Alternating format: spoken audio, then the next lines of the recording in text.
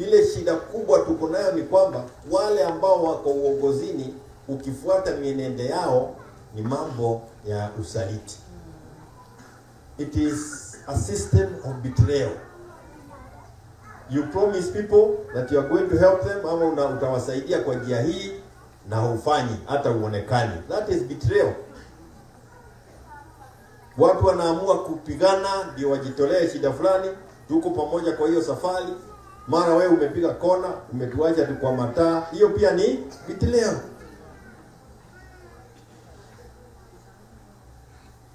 Na hii betrayal kwa viongozi ndio imetuletea shida ambayo tuko nayo leo. Mimi kama Secretary General wa Jubilee sijaona uasi ambao niliuona kwa chama cha Jubilee. Watu ambao wamepatiwa kazi na uhuru wamemuasi mchana peupe na kuanza safari ya kutupeleka kotini na kwingine. Sisi katika Jubilee we have our own presidential candidate mwenye atakaa na wale wengine, kwa sababu chama bila presidential candidate, chama kubwa kama Jubilee, sio jambo nzuri. Na tuko na presidential candidate mwenye tunaunga mkono, mwenye tutakuwa tukiuza Kenya mzima, ambaye anaitwa Fred Matiang'i. Huyo ndio presidential candidate wetu. Na wale wanataka viti katika eneo hili la Kajiado, wote wajue ya kwamba ukikuja katika Jubilee, our presidential candidate ni Matiang'i. Ukisikiza Kisii, Matiang'i. Ukienda Nyanza, Matiang'i. Ukienda Mount Kenya, Matiang'i. Ukienda Northeastern, Matiang'i. Wakili.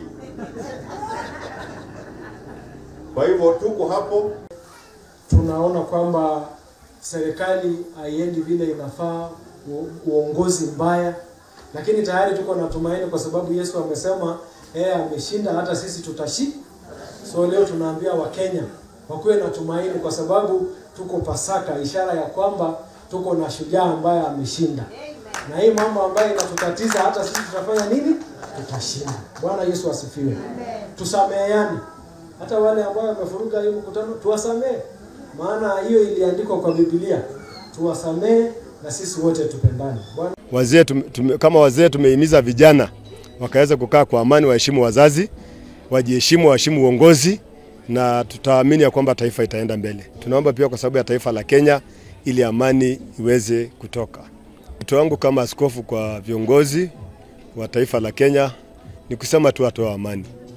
Kwa sababu nchi ni muhimu kushinda vyama ama kushinda mtu binafsi.